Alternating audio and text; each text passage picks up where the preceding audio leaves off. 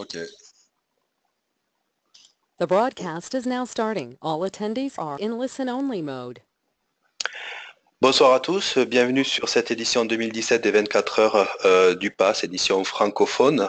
On touche à la fin de la première journée. Je vais faire une petite introduction pour la session de David. Une introduction purement technique, avec tout d'abord un remerciement à nos sponsors sans qui ce genre d'événement n'aurait pas lieu, que ce soit le GUS, que ce soit le PASS avec le Global Francophone Virtual Chapter, ainsi que la communauté Microsoft développeurs de Montréal. Merci à eux. Petite intro technique, donc je vous disais, juste pour vous dire que en fait, je vais assister David pendant cette session, juste d'un point de vue technique, en récupérant toutes les questions que vous pouvez poser. Donc n'oubliez pas, dans la toolbar de GoToWebinar, vous pouvez poser un certain nombre de questions. Je collecterai les questions. Il y a des choses, si c'est du technique, je répondrai directement. Sinon, je transmettrai à David toutes les questions en fin de session. Si vous avez des problématiques techniques, n'hésitez pas à m'en faire part. Mais si l'affichage est un petit peu petit, bien que l'on ait fait bon nombre de tests, n'hésitez pas à utiliser en fait les barres d'outils pour zoomer ou dézoomer. Et à la fin de la session, n'hésitez pas à noter, à donner vos avis sur la session. C'est toujours bon à prendre en termes de feedback.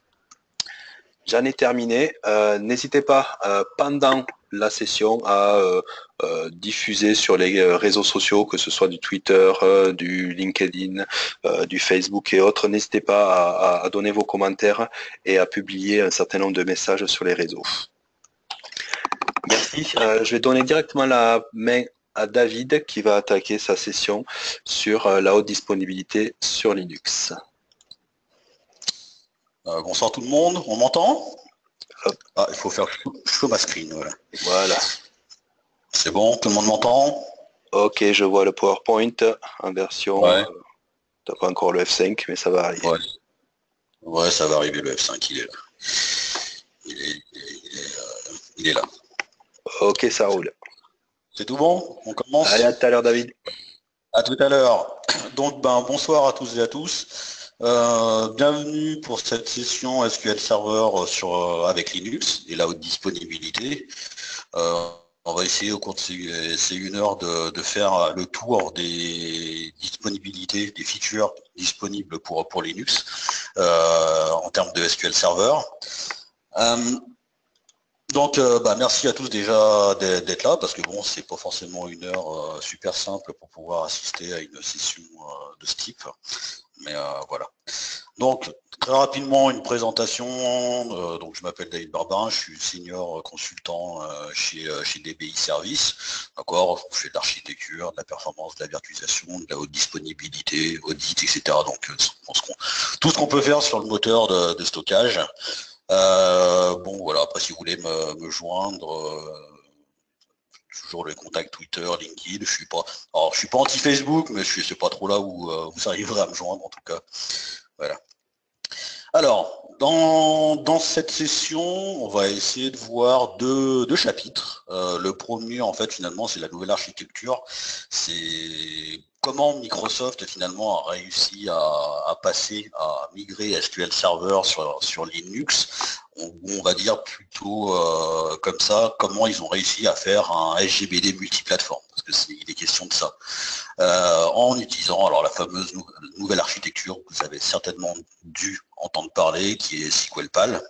Et après, on fera un petit peu le tour de la haute disponibilité avec SQL Server. Est-ce qu'on peut en attendre en termes de haute disponibilité? Alors, on n'est pas encore en version publique, il y a certainement des choses qui risquent d'évoluer, mais en tout cas, ça va nous donner une bonne vue de ce que vous pourrez trouver prochainement sur cette version.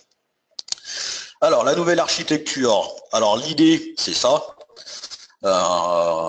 C'est de pouvoir finalement mettre le moteur de stockage et plus tard, parce qu'aujourd'hui c'est pas le cas, mettre les services tels que Analysis Services, Integration Services, Reporting Services sur une espèce de plateforme que vous pouvez voir en jaune, la SQL Platform Abstraction Layer, PAL, avec différentes extensions, bien sûr, par rapport à si on se trouve sur système d'exploitation Windows ou sur un système d'exploitation Linux, d'accord, avec des extensions qui vont se brancher sur le système d'exploitation. Alors comment ils ont réussi ce tour de force finalement, alors sans forcément rentrer dans les détails, c'est pas le but de cette session-là. On aura l'occasion certainement de faire des sessions un peu plus deep dive sur le sujet. Mais l'idée en fait c'est quoi? C'est de finalement d'un côté d'avoir une espèce de couche SQL OS V2 par rapport à la première version de SQL OS où finalement beaucoup de gens disaient que c'était complètement possible de migrer SQL Server facilement sur Linux avec depuis 2005 avec l'apparition de SQL OS. Alors c'était pas forcément si évident bon il y a eu des choses à faire.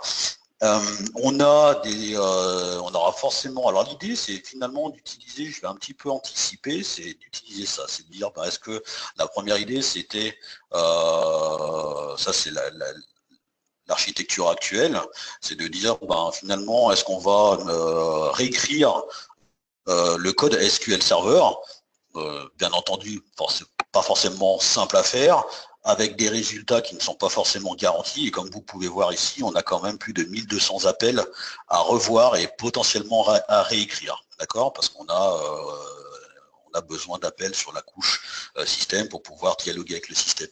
La première version de SQL OS, entre parenthèses, en fait, ne pouvait pas finalement, n'était pas forcément au courant du contexte du process. C'était le gros problème. Alors, ce qui a été fait finalement, en fait, ils ont utilisé la notion, on parle beaucoup de Docker, de conteneurs aujourd'hui.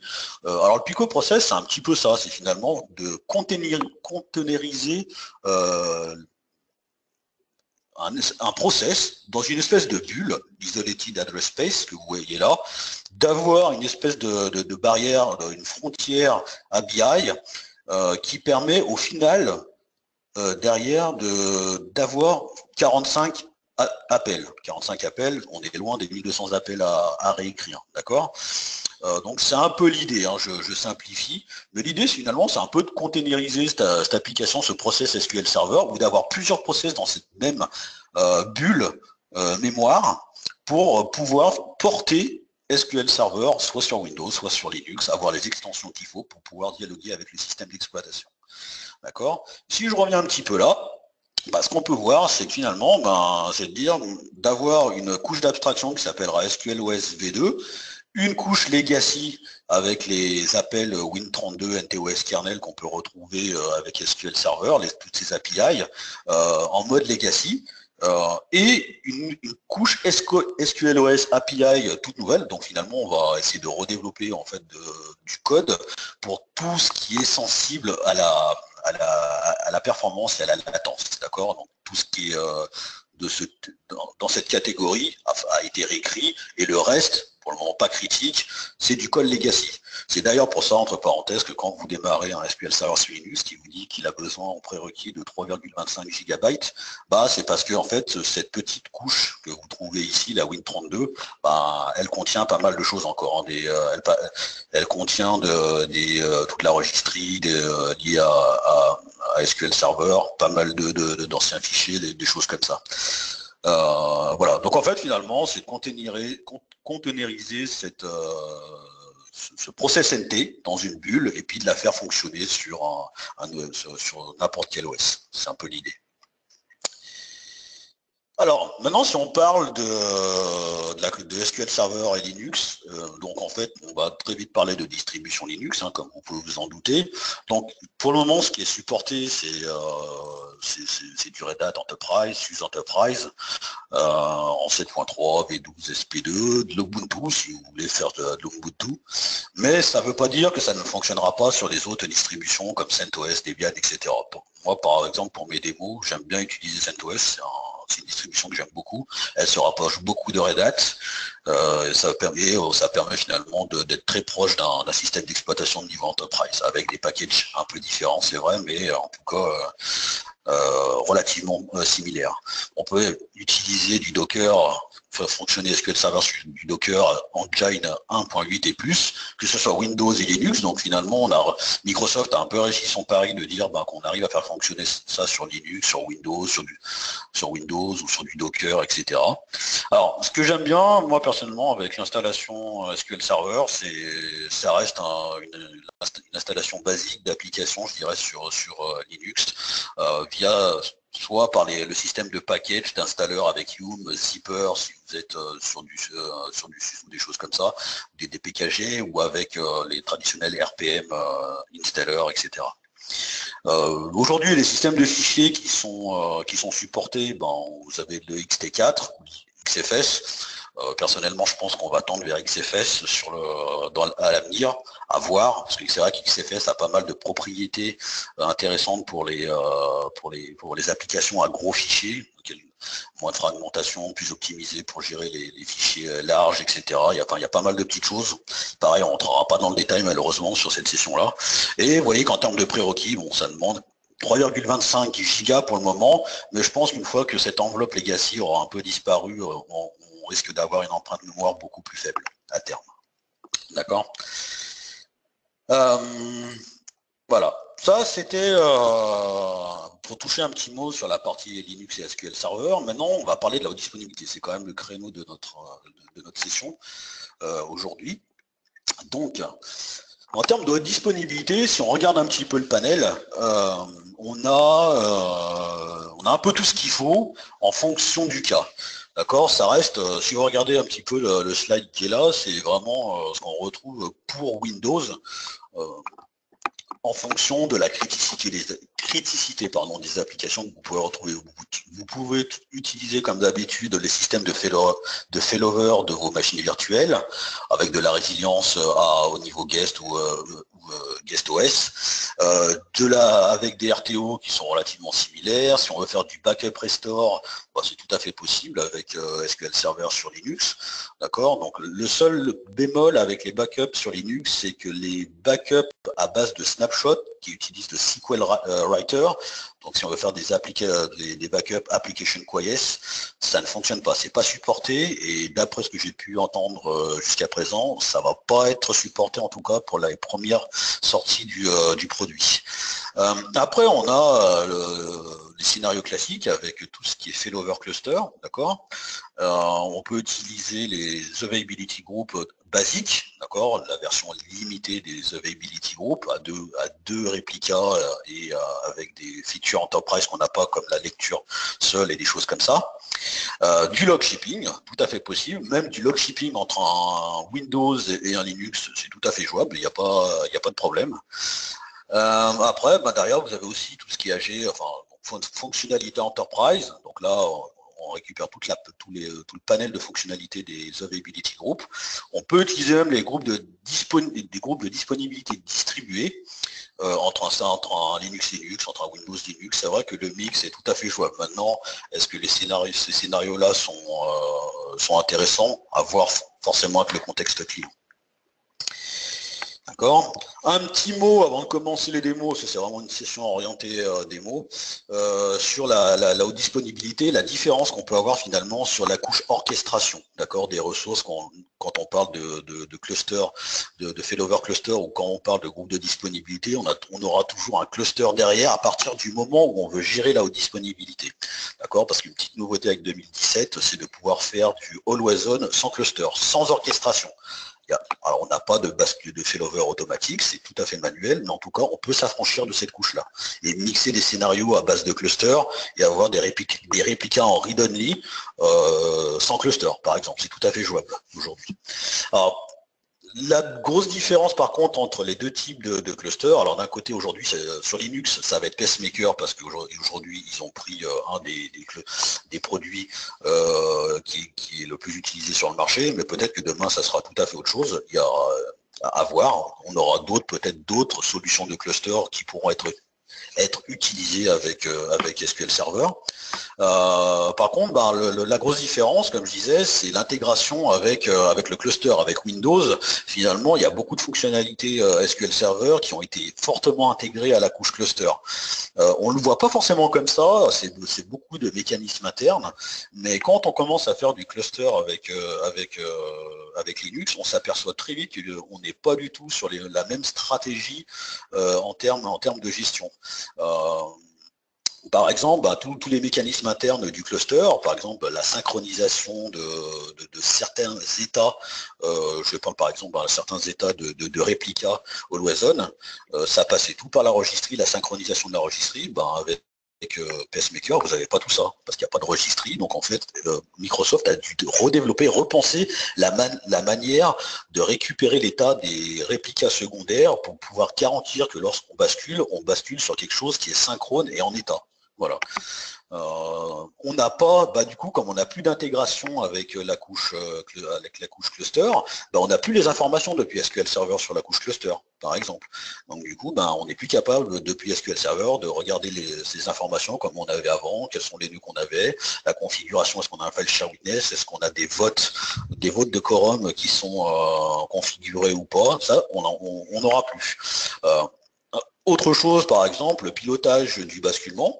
Ben, quand vous utilisez un cluster avec Windows, ben, vous pouvez faire un alter availability group failover sans aucun problème depuis SQL Server et ça va gêner personne. Avec Pacemaker, vous ne pourrez pas faire ça. Pourquoi? Parce que l'orchestration ne se fait pas au niveau du cluster. Donc en fait, il va falloir gérer en tout cas un basculement manuel, je précise, au niveau du cluster. D'accord? Il y a deux, trois petites différences comme ça. On essaiera de faire des sessions, je pense, plus tard, qui rentreront un petit peu dans ces différences et un peu plus deep dive sur les clusters, mais c'est vrai qu'il y a pas mal de choses un peu qui ont changé à ce niveau-là. Donc ce que je vous propose en fait en termes de démo, c'est de faire premièrement du log shipping. Alors du log shipping entre un Windows et un Linux, en fait, tout simplement dans un cadre d'une migration d'un SQL Server 2016 à un Linux 2017. On prend du log shipping et on bascule. Ça, c'est tout à fait jouable. Voir un petit peu ce que ça donne en termes de SQL Server Failover Cluster, comment on peut aller voir certains éléments au niveau de Pacemaker et comment on gère ça en termes de ressources, de contraintes, etc.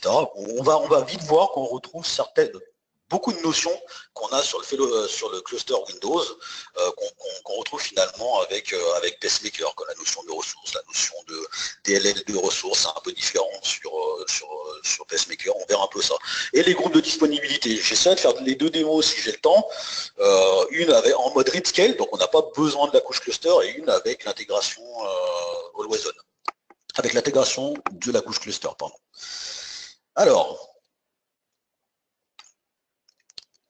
je vais essayer de me connecter là, voilà. Alors l'idée de cette première démo, voilà, je suis connecté, le premier serveur que vous voyez ici,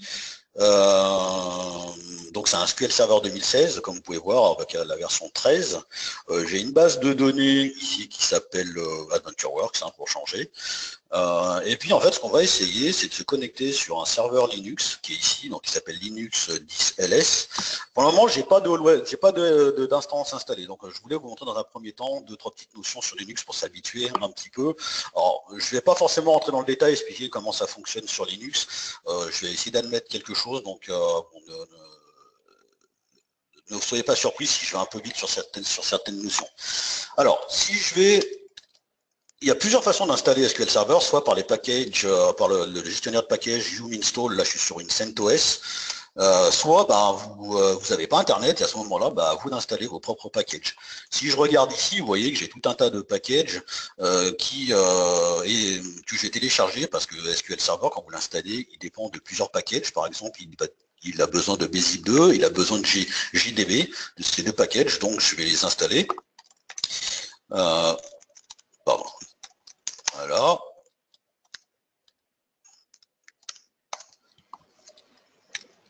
Et si je ne me mets pas en sudo, forcément, ça ne va pas le faire. Parce que bon, j'ai essayé de jouer un peu avec la sécurité. Là, je vais utiliser GDB. Voilà. Une fois que j'ai fait ça, il me semble que j'ai besoin de LibNS aussi. de mémoire, mais bien sûr, vous pouvez retrouver toutes ces dépendances. libns, je vais toutes les installer. libsss, pardon, ça ira mieux. Et j'ai besoin ensuite je peux installer mon SQL Server. Alors bien sûr, si vous voulez avoir la liste des dépendances, il suffit de faire un QPR, et vous avez un MSSQL Server, c'est du 14 ici forcément.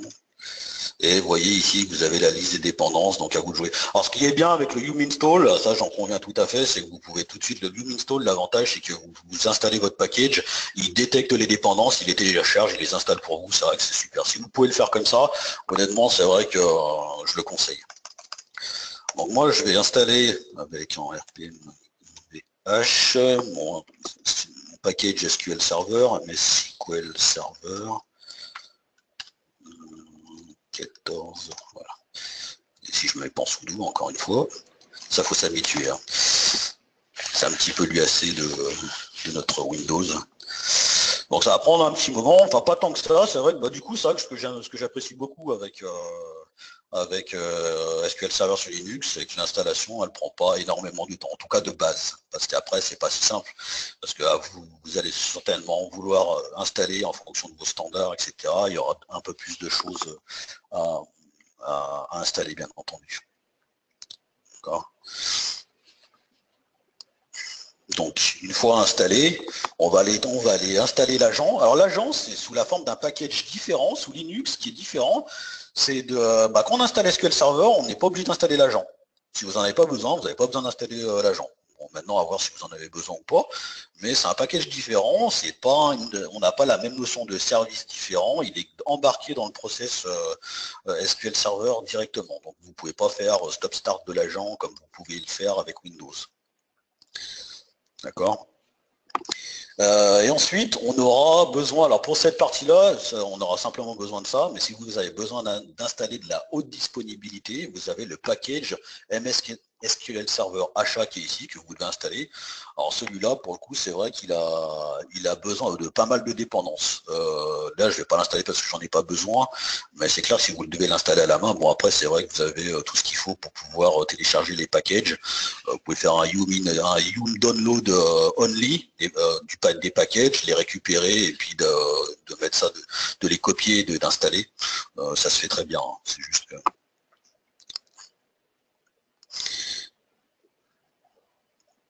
Donc voilà, une fois que j'ai fait ça, avant d'installer, bien sûr, j'ai juste installé, après il va falloir lancer le setup, etc.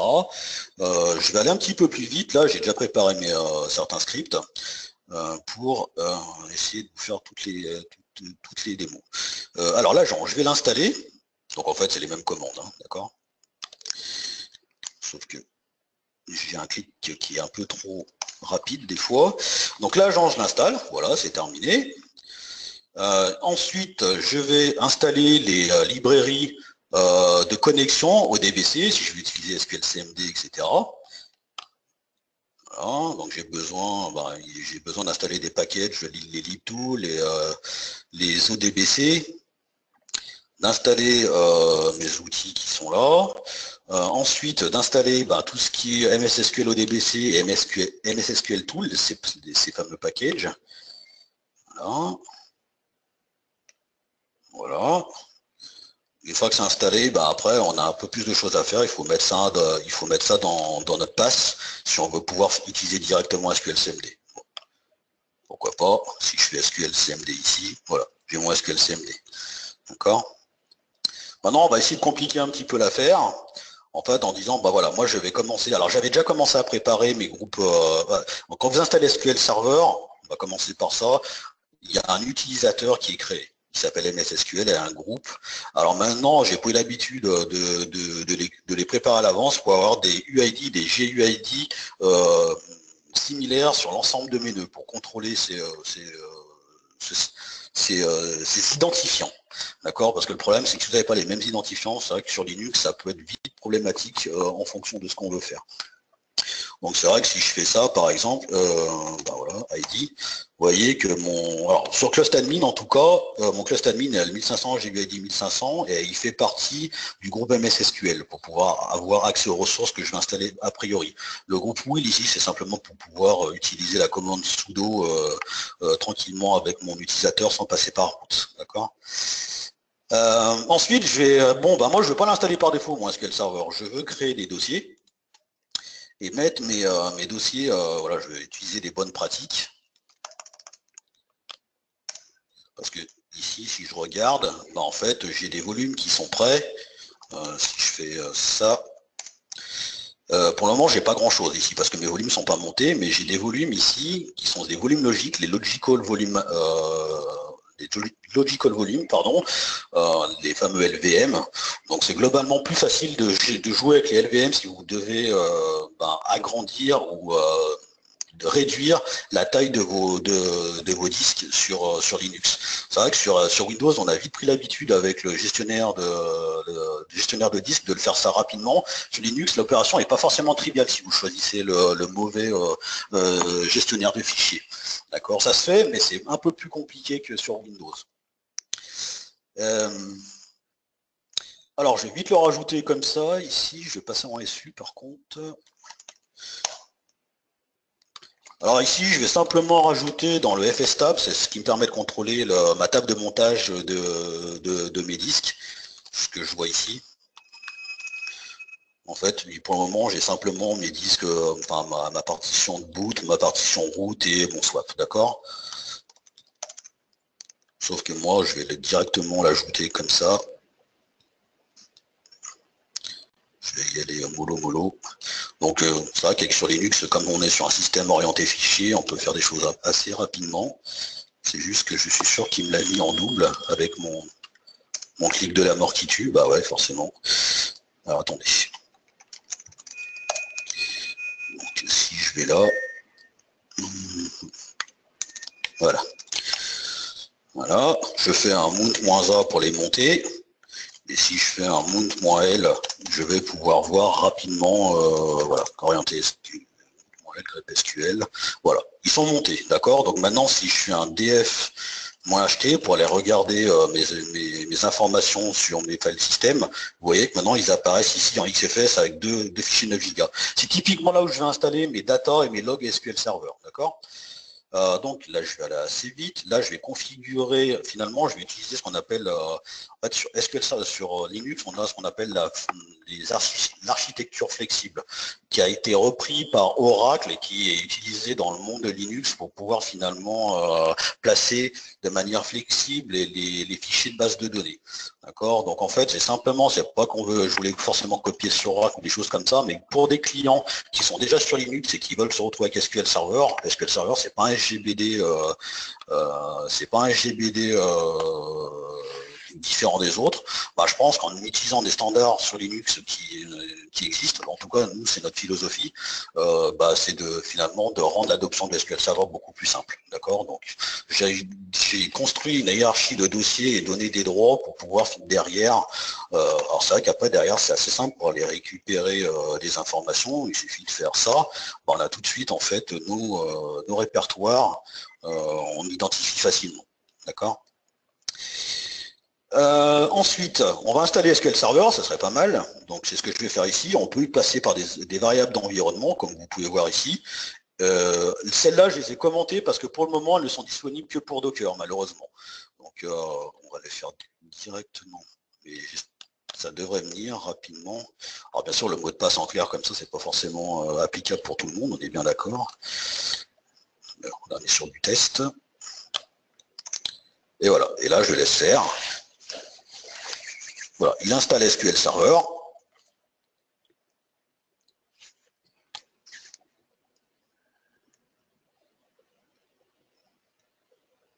Voilà, une fois qu'il a fait ça, il va le démarrer.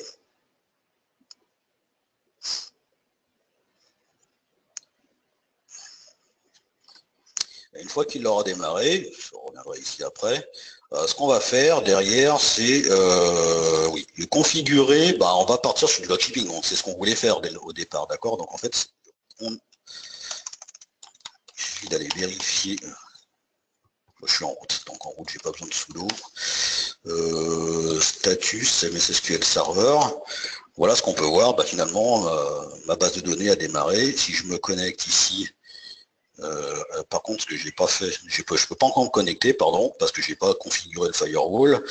Donc rapidement ici, j'ai déjà installé ma couche CIFS pour pouvoir me connecter sur mon, parce que bon, sur le log shipping, rappelez-vous, on a besoin d'un file share pour pouvoir faire des backups restore. Donc faire des backups, récupérer les backups, les copier et ensuite les restaurer. D'accord?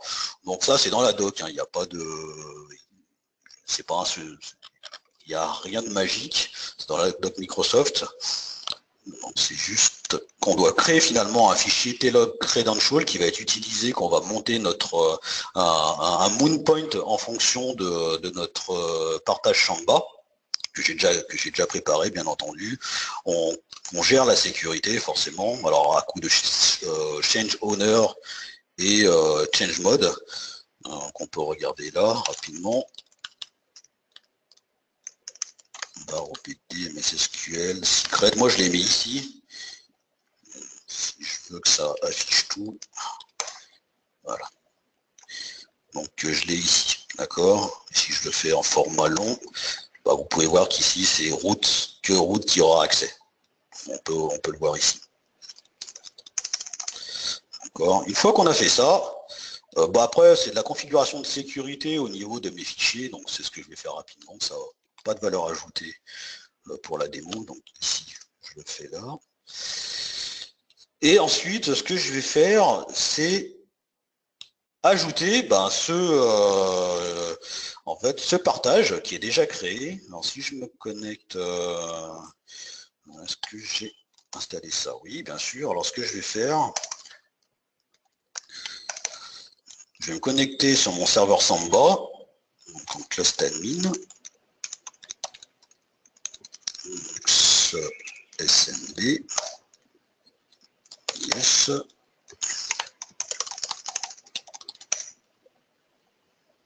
J'ai un serveur Samba très rapidement. Alors si je fais un test parm, ici, en mode sudo, en fait j'ai configuré ici mon serveur Samba avec une sécurité. Alors c'est une configuration un peu spéciale pour pouvoir autoriser SQL Server à finalement à pouvoir se connecter de manière anonyme sans fournir de password et de forcer les authentifications anonymes à utiliser MS SQL Server sur ce pass-là, où je vais faire mes backups. D'accord, voilà. Donc une fois que j'ai fait ça, bah, va falloir que je fasse mon côté Linux, il va falloir que j'ajoute ça dans mon fichier fstab. D'accord, hop. Et je fasse un mount-a. Si je refais un mount-l ici. Voilà, vous voyez qu'ici, en fait, je l'ai monté sur var opt msql tlog. Donc c'est ici que je vais récupérer mes backups. Ensuite, bon après ça c'est toute la conf, je vais pouvoir changer les passes par défaut de SQL Server. Donc vous voyez que vous avez les set file location, default dir, etc. Bah, je vais les configurer avec les passes que moi j'ai décidé. Et bien sûr, il va falloir redémarrer SQL Server pour qu'il le prenne en compte. C'est ce que je vais faire ici. Il va falloir ajouter forcément, si j'utilise le firewall de Linux,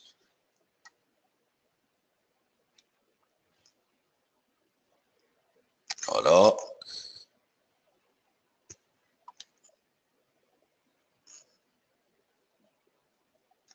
Voilà, en fait, là, le 1433, il est ouvert, d'accord? Et je vais enfin pouvoir après me connecter ici pour, en fait, je vais me connecter sur mon instance et bouger mes fichiers de base de données, les fameuses bases de données système. D'accord, donc je vais directement le faire là. Oui, si je passe pas en mode clust admin, il va pas vouloir.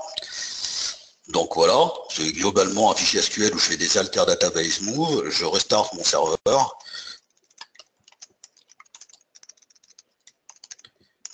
systemctl restart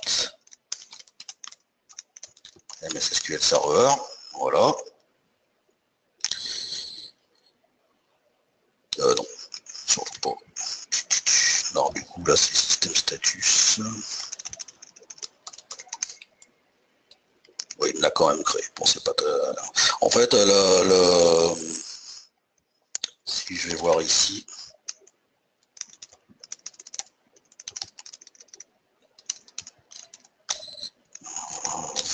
PT, MSSQL Server, error log, on va regarder dans l'error log ce qui s'est passé. Par contre, j'ai pas l'impression qu'il va vouloir me le faire celui-là. Si je fais pas un 4, ça va pas le faire. Et je le trouve pas. Alors PT MSSQL Server, ça serait pas mal. Error log. Sauf que j'ai pas accès. Bon. Ce que je vais faire, je vais passer, excusez-moi, en SU.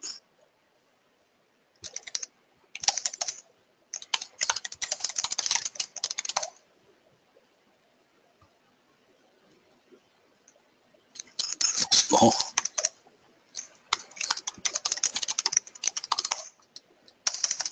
Voilà.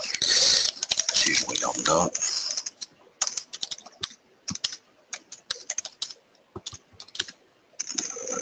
C'est pas log, c'est error log. Voilà. Ok, donc en fait il me dit que l'activation figure parce que j'ai pas déplacé mes fichiers tout simplement. Donc en fait je peux faire un système stop MSSQL Server. J'ai voulu aller trop vite. Et en fait il faut bouger les fichiers. Donc en fait comme j'ai étendu les fonctionnalités de regex dans ma session bash, en principe si j'utilise ça, mais il faut que je passe sur ma session Linux. Voilà. Et si je redémarre maintenant, bah là j'ai simplement bougé mes systèmes de fichiers, système CTL start MSSQL Server. Voilà. Avec status ici. Ok, on est parfait. Ok, d'accord. Donc là, c'est ce qu'on a fait. Maintenant, au niveau du log shipping, bah après ça reste du du classique. Hein. Alors pour aller plus vite, pour la démo, c'est clair que je vais prendre. Pardon, excusez-moi. Log shipping. Ah oui, voilà, pardon. Je trouvais plus de fichier.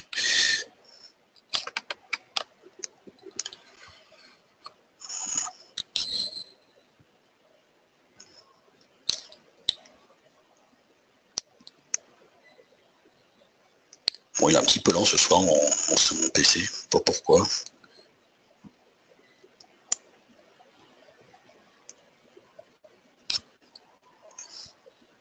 Voilà.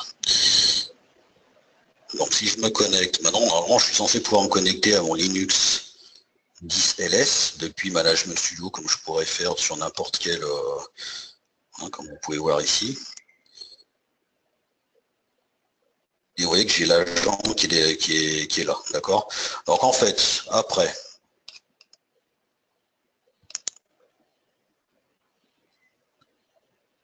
ce que je vais faire, c'est finalement, je vais simplement préparer ma base de données.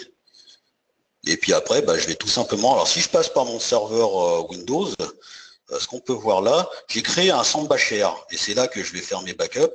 Et après, je vais les récupérer depuis Linux pour pouvoir initier ma session de log shipping. D'accord? Donc en fait, c'est exactement ce que je vais faire là. Donc, vous voyez que j'utilise le sandbacher. Donc c'est un autre serveur. Donc il le fait. Hein, donc vous voyez que je suis tout à fait capable de le faire sur un Linux. Je vais restaurer, je vais me connecter sur mon Linux et puis je vais déplacer mes fichiers sur les nouveaux passes que je lui ai configurés. Voilà, comme vous pouvez voir ici, il n'y a pas de problème.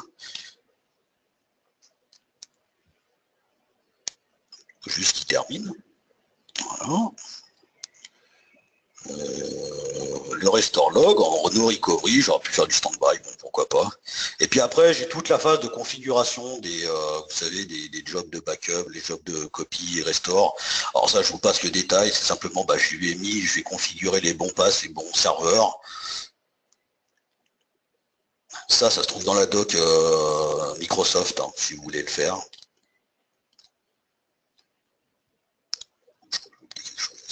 Ah non, c'est bon.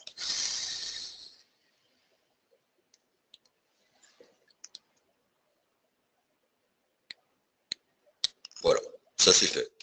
Si je viens ici, bah, vous voyez que bah, j'ai mes jobs. Là, je suis sur Windows. Et là, je suis sur Linux. Et voilà, je me retrouve avec mes jobs sous Linux, avec le SQL Agent. Alors, je ne vais pas aller jusqu'au bout de la démo, simplement ce que je voulais vous montrer, bon, là ça marche, hein, si j'exécute mes jobs, j'aurai pas de souci.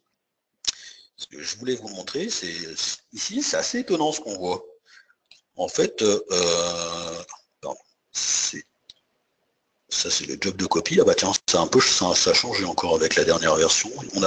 Là j'ai normalement en fait ce qu'on peut voir ici, mais d'ailleurs c'est assez étonnant ce que je vois. Excusez-moi. Soit c'est un bug d'affichage ou soit c'est l'effet démo. Ça a l'air d'être de l'effet démo. Normalement, je suis censé voir en fait un job en mode CMD exec. En fait, finalement, ce qu'ils ont fait, c'est qu'ils ont repris le sous-système CMD exec, ils l'ont containerisé. En fait, il est exécuté dans l'espace, le même espace que le process SQL Server, uniquement pour ce job-là. Donc en fait, finalement, ils ont très peu repris le code du job. Ils le font fonctionner en mode legacy, pour avoir parlé un petit peu avec l'équipe Microsoft à ce sujet. D'accord. Donc ça, c'était pour la partie log shipping. D'accord. Donc j'étais un peu long parce que j'ai voulu vous montrer comment on installe un Linux. On pouvait installer un Linux. Maintenant, ce qu'on va faire, on va continuer sur la partie failover cluster. Alors je vais juste récupérer ça. Alors sur la partie failover cluster, je vais me déconnecter d'ici. Sur la partie failover cluster, il va falloir que je me connecte ailleurs. Hop.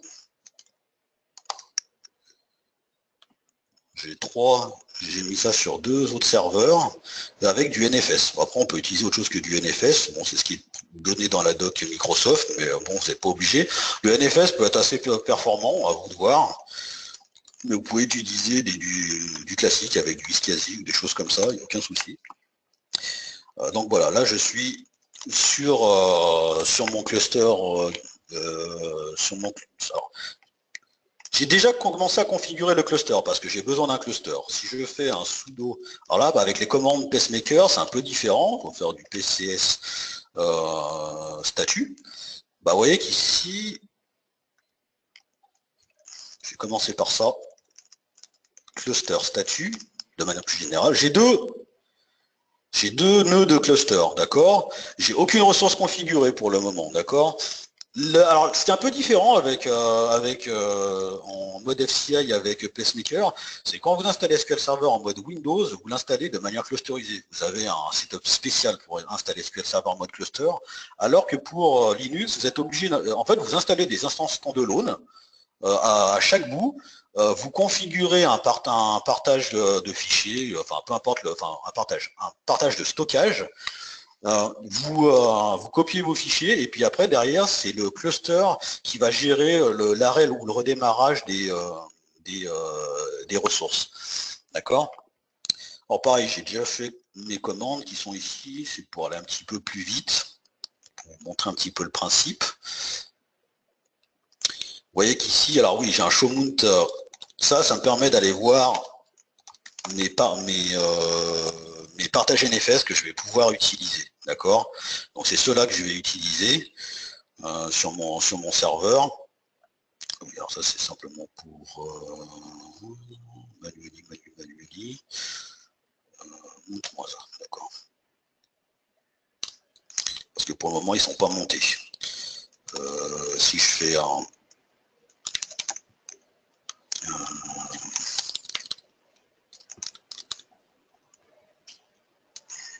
si je fais un peu n'importe quoi.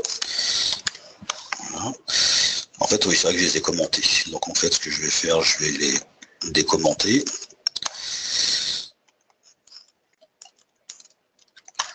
Voilà, je vais les monter.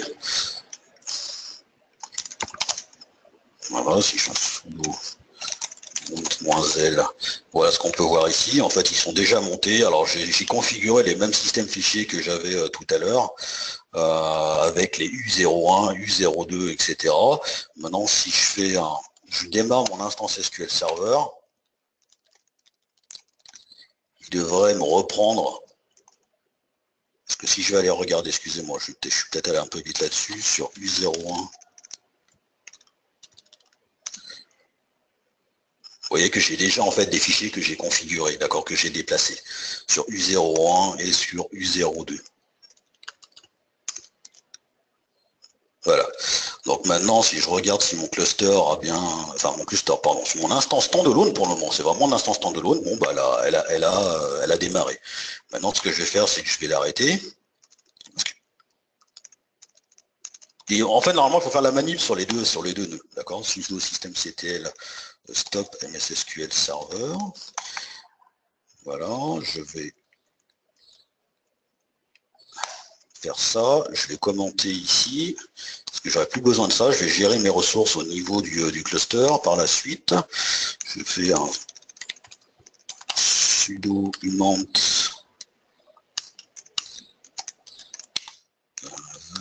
opt mssql server data, c'est le premier point de montage. Après, je l'avais sur mes montages où j'ai mis mes données et où je l'ai mis. Voilà. Ensuite, ce qu'on va faire, voilà, ça j'ai déjà démarré. Maintenant, alors oui, ce que je voulais vous montrer, c'était un petit peu tout ça. Voilà, je vais prendre ça.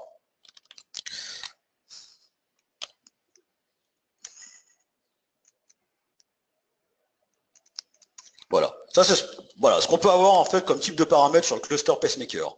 Avec le cluster de lait, les fameux rune robin qu'on peut avoir intra-node. L'utilisation de CoroSync avec pacemaker, en fait, c'est le gestionnaire de ressources. CoroSync, c'est la partie communication intra-cluster, d'accord, comme on peut avoir sur le cluster. Ensuite, on va pouvoir avoir ce genre de choses-là. Le Stonish, ça permet finalement, alors c'est un système qui va nous permettre d'arrêter des nœuds en fonction de certains événements. Je rentre pas dans le détail aujourd'hui, c'est pas le but. En tout cas, vous voyez qu'on a tout un tas de configurations. Après, on a le CoroSync CFG Tool ici qui nous permet finalement d'aller voir ce qui se passe au niveau de la. Tiens, c'est marrant qu'on dit que ça n'existe pas la commande. Ah oui, je suis obligé de passer en dessus. Là, si je fais CoroSync CFG Tool. Voilà. En fait, j'ai configuré deux rings. En fait, c'est deux interfaces réseau sur lesquelles mon cluster peut communiquer, d'accord, au niveau des communications intra-cluster, etc. Alors, maintenant, ce qu'on va faire, on va passer à la partie configuration, d'accord. La partie configuration, bah, c'est un petit peu comme sur SQL Server. On est obligé de créer des ressources. Bah, ici, je vais créer ma ressource en utilisant des agents. En fait, les agents, en fait, c'est ni plus ni moins que des méthodes que je vais devoir utiliser pour faire communiquer SQL Server et mon agent et le cluster, d'accord. C'est les DLL de ressources qu'on peut retrouver sur Windows. Après, bah, j'aurai une adresse privée, j'aurai une ressource pour mon file share que je vais monter d'un endroit à un autre, et après j'aurai des contraintes de colocation ou d'ordre de démarrage. Par exemple, là, je vais dire bah, que mes ressources, elles doivent tous se retrouver sur le même nœud pour fonctionner, d'accord. Donc là, c'est ce que je vais faire rapidement. Alors, ce que je vais faire ici, pour vous montrer, je vais me connecter sur l'autre nœud, donc c'est le Linux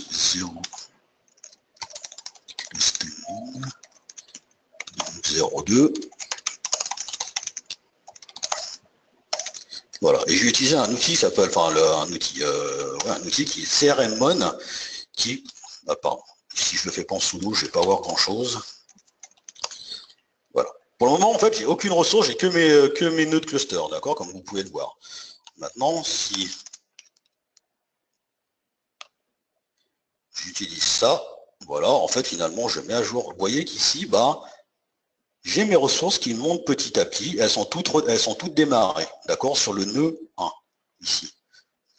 Maintenant, après, je peux faire rapidement un test avec mon script PowerShell qui doit être quelque part par là.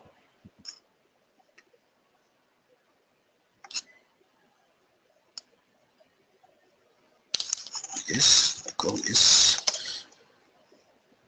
Voilà, en fait je suis sur Linux 1. Maintenant si je veux le bouger, comme je vous disais, en fait on peut comme ça, on peut pas le faire depuis SQL Server, enfin en tout cas sur le cluster, bah, vous êtes obligé d'utiliser certaines commandes. Donc le sudo PCS par exemple, moi je veux bouger ma ressource qui s'appelle SQL FCI ici, donc qui s'appelle, je vais la bouger, elle s'appelle SQL LCI sur mon deuxième nœud, d'accord. Voilà, c'est ce que je fais. Et vous voyez qu'ici, en fait, le cluster de lui-même va démarrer, et va bouger mes ressources sur le deuxième nœud. C'est ce qu'il a fait assez rapidement ici. Si je regarde mon script, normalement, je devrais à un moment donné avoir le current Linux qui devrait apparaître avec Linux 0.2, normalement, s'il n'est pas trop long. Voilà. Jacqueo, Link 02, d'accord? Voilà, c'est à peu près la façon dont il faut faire, c'est la philosophie de création d'un cluster sous Linux. Si je passe là, voilà, je fais exit, et là je fais exit. Maintenant, si on passe à notre Always On, les groupes de disponibilité. Bon, malheureusement, j'aurais pas le temps de vous montrer le read scale, mais là, bon, vous allez voir finalement la philosophie n'est pas très différente, sauf qu'en fait, on n'aura pas la couche cluster. Donc là, normalement, mes instances SQL Server, elles sont déjà toutes prêtes, parce que là, c'est du standalone classique, hein, comme on peut retrouver sous Windows, avec des availability groups. D'accord. Oui, si je me connecte sur la même, ça ne va pas le faire. Voilà.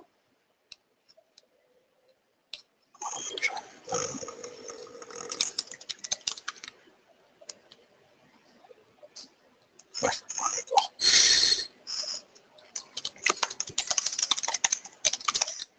Voilà. Et j'ai un troisième nœud ici. Voilà. Maintenant, si je veux configurer mon availability group, donc alors j'ai déjà créé mes endpoints, donc je vais pas vous. Alors effectivement, avec du Linux, on est obligé de passer par des systèmes enfin un mécanisme de certificat, etc. C'est comme un cluster workgroup, enfin un groupe de disponibilité en mode workgroup ou avec le mirroring, ancienne méthode qu'on n'était pas sur un domaine, d'accord. Donc ici, je crois que c'est celui-là. Non, c'est pas celui-là, c'est. Voilà, c'est celui-là, excusez-moi. Voilà, donc en fait, ce qu'on va faire, bon après là, c'est du classique, hein, c'est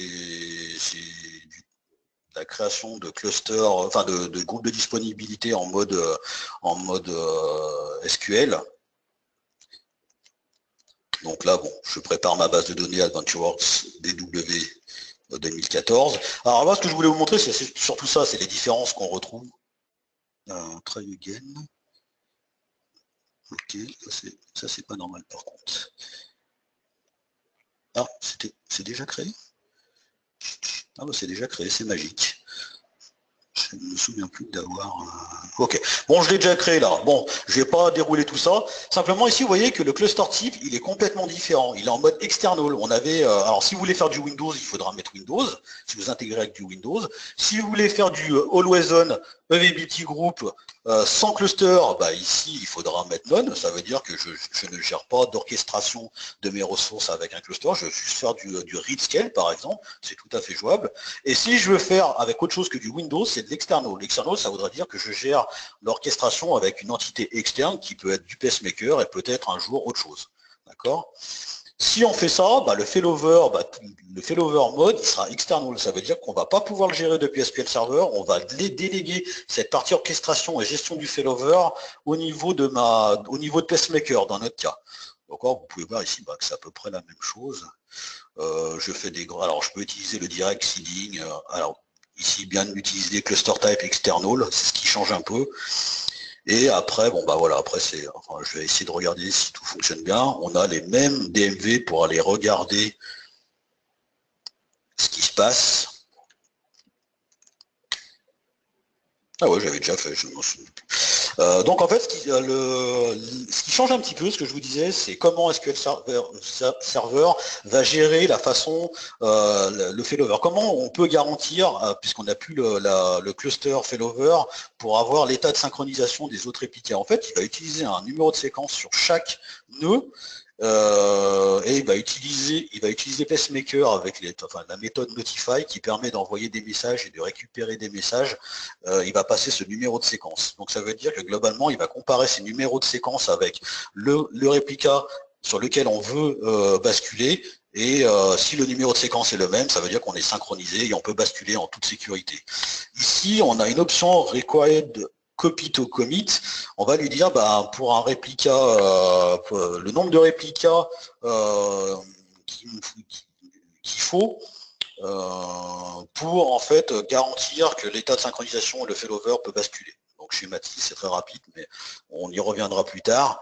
Mais en tout cas, ce qui veut dire, c'est globalement, c'est que si vous avez deux réplicas et que le réplica secondaire n'est plus synchronisé, et vous exigez que ce réplica soit synchrone pour basculer, pour finalement adresser pour répondre au RPO égale 0, si votre réplica tombe, vous avez une connexion réseau qui tombe, votre groupe de disponibilité n'est plus disponible. C'est assez sauvage comme principe, mais en tout cas, ça permet de garantir ce type de problème.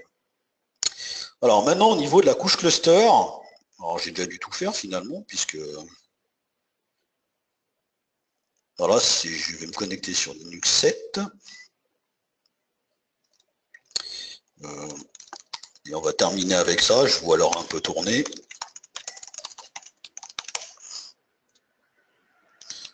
Voilà. Status directement. Alors là, c'est un peu différent. Parce que comme vous voyez, en fait, on a la notion de maître-esclave en termes de ressources. On ne l'avait pas sur SQL. Ça va, je suis passé un peu vite, mais effectivement, on n'avait pas ce truc-là. Master slave, ça veut dire qu'on aura ici, dans notre configuration, un master qui sera toujours le réplica primaire, qui est ici, et les slaves qui seront toujours les réplicas secondaires, Linux 08 et Linux 09 dans mon cas. D'accord ? J'ai un listener qui est représenté ici, et je vais utiliser, alors si j'arrive à faire ça, PCS, constraint. Donc là, voilà. Donc là, en fait, j'ai configuré des contraintes. Ici, des contraintes de démarrage, d'ordre de démarrage. Moi, je veux que mon groupe de dispo démarre avant de démarrer mon listener, ce qui peut paraître logique. Et j'ai des contraintes de colocation. Moi, je veux que mon listener démarre sur le même nœud que mon groupe de dispo. Primaire, c'est le master. C'est ce qui change un petit peu ici. D'accord ? Donc, si je fais la même chose, contrôle, voilà, on va faire ça. Je vais vous montrer rapidement. Voilà. Je me connecte sur un des autres nœuds, Linux 09, 8.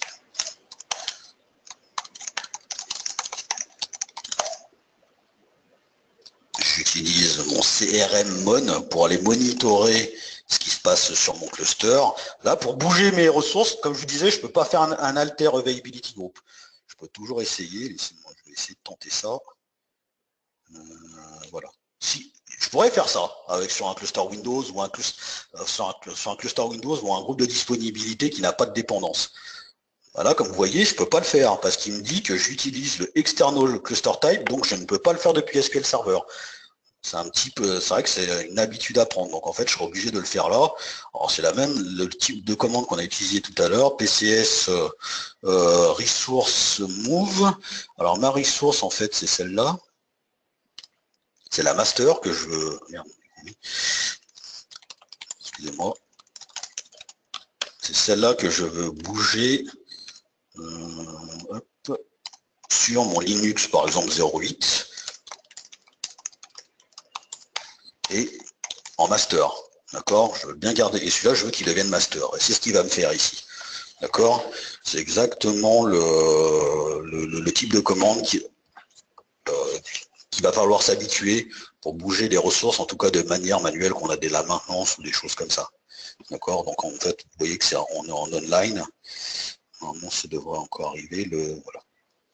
Il n'y a pas tout mis à jour. Vous voyez que le master devient Linux 08 et les slaves sont 07 et 09. D'accord?